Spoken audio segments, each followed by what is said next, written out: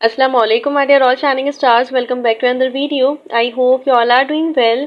So आज की video में हम लोग about thyroid gland and parathyroid gland पढ़ेंगे और इसमें हमने कंडीशंस भी पढ़नी है कि इन हार्मोन्स का लेवल कम हो जाए या ज़्यादा हो जाए तो कौन से सीरियस डिसऑर्डर्स हैं जो कॉज होते हैं।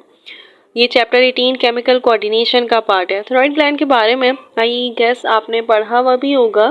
ये लोकेट करता है the base of the neck in front of trachea. इसको आप ऑब्जर्व भी कर सकते हैं। The base of the neck touch करें तो आपको एक बटरफ्लाई लाइक ग्लैंड महसूस होगा, वो है हमारा थायराइड ग्लैंड। मैं इसको ventral view and dorsal view भी आपको अभी दिखा दूंगी। ये ग्लैंड है। हमने पढ़ा था कि हार्मोन्स हैं जो ग्लैंड से सिक्रीट होते हैं, तो ऑफ कोर्स इससे कुछ हार्मोन्स होंगे जो सिक्रीट हो रहे होंगे। वो 3 हार्मोन्स होते हैं, एक होता है कैल्सिटोनिन, एक होता है T3, एक होता है T4। जो T3 हार्मोन है उसको हम कहते हैं ट्राई आयोडोथेरोनाइन और जो T4 हार्मोन है उसको हम थायरॉक्सिन या टेट्रा आयोडोथेरोनाइन भी कहते हैं। T3 और T4 क्यों कहते हैं? T3 या T4 इसलिए कहते हैं क्योंकि T3 का मतलब है 3 atoms of iodine and T4 का मतलब है 4 atoms of iodine. Went pipe in front of went pipe trachea, ये आपने रेस्पिरेटरी सिस्टम चैप्टर में पढ़ा होगा कि इनहेलेशन एक्सहेलेशन हो रही होती है with the help of trachea went pipe, जिसकी वजह से एयर हमारे लंग्स में जा रही होती है और बाहर आ रही होती है। ये कार्टिलेज से मिलकर बने हुए होते हैं, approx 16 to 20 cartilage. It is comprise of 2 lobes, that's why ये बायलोब्ड होता है and butterfly like in structure होता है। आप इसको ऑब्जर्व भी कर सकते हैं the base of the neck पे टच करके। इसमें कुछ हार्मोन्स हैं ऑफ कोर्स जो रिलीज हो रहे हैं। ये जो T3 एंड T4 हार्मोन है ना, ये प्ले करता है important role in controlling the metabolism of the human body. Like अगर इनका लेवल कम हो जाए या हाई हो जाए तो इसकी वजह से कुछ सीरियस मेटाबॉलिक डिसऑर्डर्स कॉज होते हैं। T3 या T4 contain 4 atoms of iodine. It is secreted in greater amount but ये लेस पोटेंट होता है देन T3। क्यों? पोटेंट का मतलब होता है कि ये लेस पावरफुल होता है या इसका इन्फ्लुएंस या इसका इफेक्ट कम होता है as compare to T3। In the body elevating their metabolic rate, its effect include like influence तो कर रहा है बहुत सारे सेल्स इन द बॉडी में, बट इसके कुछ इफेक्ट होंगे और वो इफेक्ट ये होता है कि ये सिंथेसाइज करता है इंजाइम्स को जो ब्रेक करते हैं ग्लूकोज एंड प्रोवाइड करते हैं एनर्जी। इसका एक और फंक्शन ये होता है कि ये इंक्रीज करता है ऑक्सीजन कंजप्शन को एंड हार्ट रेट को। हम इसका कहते हैं कि thyroxine and T3 and T4 बहुत ज़रूरी होता है चिल्ड्रन में for normal physical growth and mental development. यहाँ पे हमने कुछ कंडीशंस पढ़नी है कि एडल्ट में अगर लो लेवल हो जाए तो क्या कॉज होगी और अगर चिल्ड्रन में कम हो जाए तो कौन सी कंडीशंस हैं जो कॉज होंगी। ये आपको पता होने चाहिए कि आपकी बुक में मैक्सिडीमा एंड क्रेटिनिज्म गॉइटर सब कुछ दिया हुआ है। मैं ज़रा इसको ब्रीफली एक्सप्लेन कर देती हूँ। पहले तो आपको पता होना चाहिए कि हाइपोथायराइडिज्म क्या है और हाइपरथायराइडिज्म क्या है। हाइपोथायराइडिज्म अगर जब होती है जब भी थायराइड ग्लैंड है उसके कुछ हार्मोन्स हैं T3 and T4 most important role play करता है। ऑफ कोर्स ये 2 हार्मोन्स का जब लेवल कम हो जाएगा तो उस कंडीशन को हम कहेंगे हाइपोथायराइडिज्म लाइक लो सिक्रीशन। जबकि हाइपरथायराइडिज्म का मतलब होता है कि excessive secretion of thyroid hormones known as hyperthyroidism. Book की एक लाइन है, thyroxine release is stimulated by thyroid stimulating hormone from the interior pituitary which turn is stimulated by releasing hormone from the hypothalamus. हमने जब hypothalamus and about pituitary gland पढ़ा था तो हमने कहा था कि हाइपोथैलेमस रिलीजिंग फैक्टर्स या इनहिबिटिंग फैक्टर्स भी कहलाता है, या हम इसको कहते हैं कि रिलीजिंग हार्मोन और इनहिबिटिंग हार्मोन्स को रिलीज करता है। और इंटीरियर पिट्यूटरी के सारे हार्मोन ट्रॉपिक होते हैं जो स्टिमुलेट करते हैं अदर ऑर्गन्स को, अदर ग्लैंड्स को, कि वो अपने हार्मोन्स को रिलीज कर सके। यहाँ पे थायराइड स्टिमुलेटिंग हार्मोन दिया हुआ है कि स्टिमुलेट करवाता है थायराइड ग्लैंड को कि वो प्रोड्यूस करें thyroxine and interior pituitary under the influence of hypothalamus होता है। हमने यहाँ पे वो बात करनी है। यहाँ पे है thyrotropin releasing hormone stimulate the release of thyroid stimulating hormone, और देन फिर थायराइड स्टिमुलेटिंग हार्मोन रिलीज करता है थायरॉक्सिन को, लाइक स्टिमुलेट करता है थायराइड ग्लैंड को टू प्रोड्यूस थायरॉक्सिन। यही बात हो रही है यहाँ पे भी। अब एक कंडीशन है हाइपोथायराइडिज्म एंड आपको पता होना चाहिए कि हाइपोथायराइडिज्म का मतलब है कि लो सिक्रीशन है, अंडर सिक्रीशन हो रही है थायराइड हार्मोन्स की। ठीक है। अब ये जो अंडर सिक्रेशन है ना, ये अगर एल्डर्स में हो रही हो तो वो कंडीशन होती है मैक्सेडीमा, और अगर ये बच्चों में हो रही हो तो उसको हम कहते हैं क्रिटिनिज्म। ठीक है।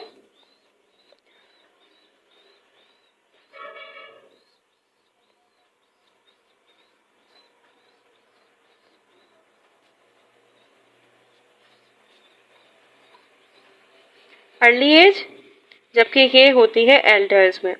अब इसकी कुछ कंडीशंस होती हैं, ये एल्डर्स में हो रही है तो ऑफ कोर्स इनके कुछ सिम्टम्स होंगे, करेक्टरिस्टिक्स होगी, तो वो करेक्टरिस्टिक्स होती है मैक्सेडीमा के ओवरवेट हो रही होती है, ड्राई स्किन होती है, sluggish dry skin, hair loss ज़्यादा हो रहा होता है, या फिर कोल्ड टॉलरेट नहीं हो पा रही होती, तो इनटॉलरेंट ऑफ कोल्ड इसका सिम्टम है।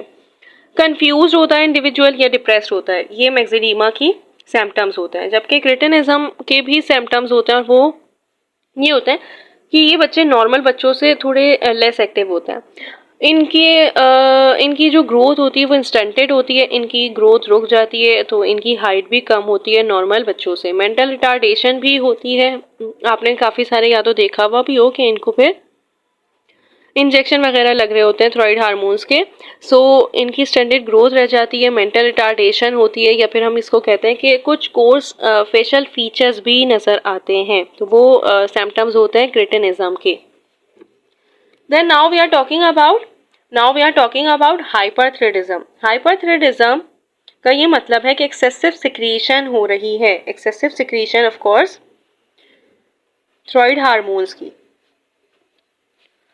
इसका ये मतलब होता है कि इसकी भी कुछ करेक्टरिस्टिक्स होंगे, वो करेक्टरिस्टिक्स ये होती हैं कि वो अपोजिट होती हैं मैक्सेडीमा से। हाई ब्लड प्रेशर होता है, इंक्रीज हो जाती है हार्ट बीट, या फिर हम ये कहते हैं कि वेट लॉस हो रहा होता है, वेट लॉस। मैक्सेडीमा में वेट गेन हो रहा था, यहाँ पे वेट लॉस हो रहा है।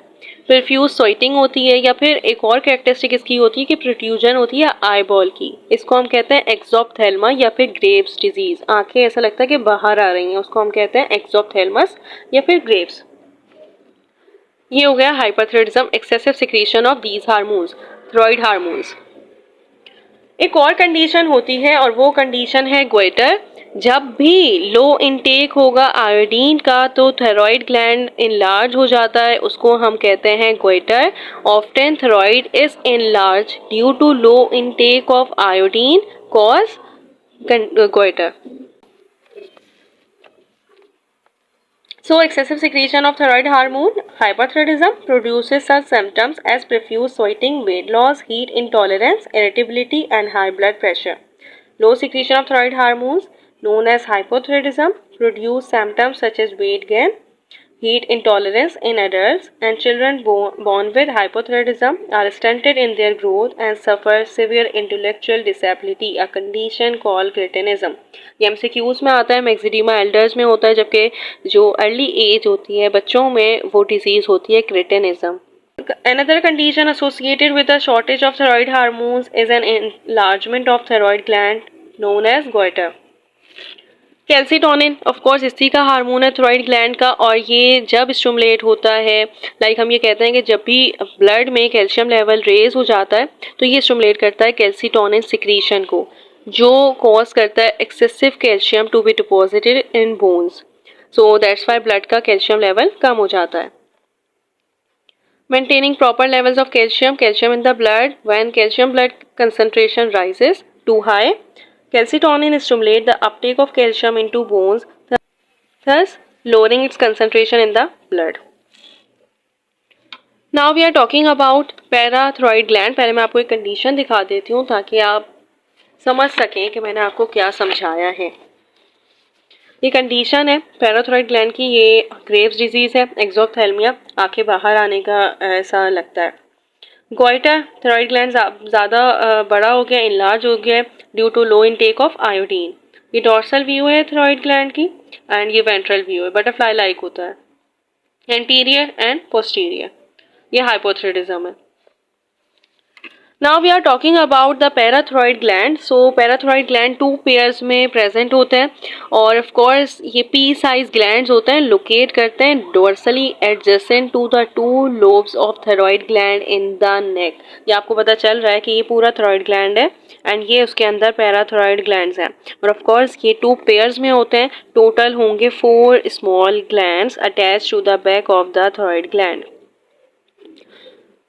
ये भी ग्लैंड है तो ऑफ कोर्स कोई हार्मोन को प्रोड्यूस करेगा, तो ये रिलीज करता है पैराथायरॉयड हार्मोन जिसको पीटीएच कहते हैं, जिसको पैराथार्मोन भी कहते हैं। हम ये कहते हैं कि जो पैराथायरॉयड हार्मोन है पीटीएच रिलीज होता है response to low level of calcium in the blood.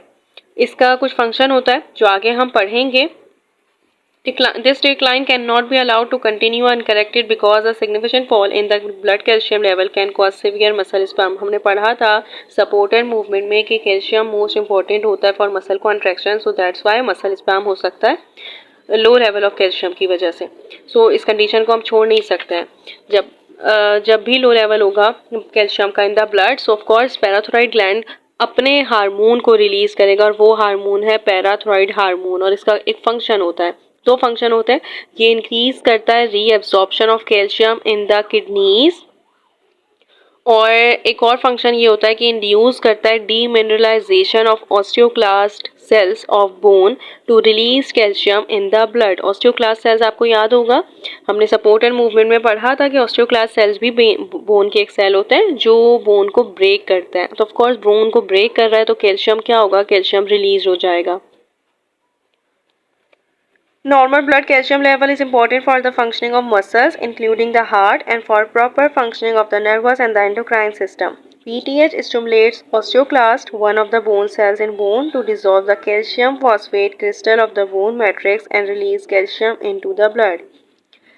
It also stimulates kidneys to reabsorb calcium from the urine and leads to the activation of vitamin D needed for the absorption of calcium from food in the intestine. यहाँ पे आप देख सकते हैं कि normal calcium level है इन the blood, ठीक है। उसके बाद जब भी कैल्शियम का लेवल हाई हुआ ब्लड में तो ऑफ कोर्स थायराइड ग्लैंड अपने हार्मोन को रिलीज करेगा और वो हार्मोन कौन सा है, वो हार्मोन है कैल्सीटोनिन। उसका एक फंक्शन ये है कि स्टिमुलेट करता है कैल्शियम डिपोजिशन इन बोन्स।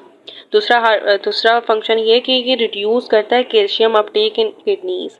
तीसरा फंक्शन ये होता है कि रिड्यूस करता है calcium Uptake in intestine, so that's why blood में कैल्शियम लेवल कम हो जाता है। अगर ये normal calcium level in blood है और ये ऑफ कोर्स ख़राब हो जाए और कैल्शियम लेवल टू लो हो जाए ब्लड में, तो पैराथायरॉयड ग्लैंड अपना काम करना शुरू करेगा और रिलीज करेगा अपने हार्मोन को, पैराथायरॉयड हार्मोन। ये पैराथायरॉयड हार्मोन के भी 3 फंक्शन होते हैं। ये डीमिनरलाइजेशन करता है ऑस्टियोक्लास्ट सेल्स ऑफ बोन की कि वो रिलीज करें कैल्शियम को इन the blood, release calcium from bones. एक और फंक्शन ये होता है कि ये इंक्रीज करता है कैल्शियम अपटेक इन किडनीज। तीसरा फंक्शन ये होता है कि इंक्रीज करता है calcium Uptake in intestine, so that's Y फिर ये रिलीज करते हैं कैल्शियम को इनटू द ब्लड और नॉर्मल कैल्शियम लेवल हो जाता है ब्लड में। ये होते हैं पैराथायरॉयड एंड कैल्सीटोनिन रिलेशनशिप, आपको ये याद होना चाहिए। इससे रीजनिंग क्वेश्चंस भी आते हैं एंड इससे एमसीक्यूज भी आते हैं बोर्ड एग्जाम में एंड एमटी कैट में भी, सो आपको ये पता होना चाहिए कैल्सीटोनिन और पैराथायरॉयड हार्मोन का रिलेशन इनवर्स होता है और कैसा होता है, कैल्सीटोनिन कब रिलीज होता है और पैराथायरॉयड हार्मोन कब रिलीज होता है। इस पे बहुत सारे एमसीक्यूज आते हैं। So that's it, I hope आपको ये समझ आ गया होगा कि पैराथायरॉयड ग्लैंड और थायराइड ग्लैंड में कौन सी कंडीशंस हैं जो कॉज होती हैं 2 लेवल और 2 मच लेवल या फिर 2 लो लेवल की वजह से, हार्मोन्स का लेवल जब ज़्यादा हो जाए या कम हो जाए। इंशाल्लाह नेक्स्ट वीडियो में हम अबाउट पैनक्रियाज पढ़ेंगे। जब तक के लिए अल्लाह हाफिज़, all the best to all of you.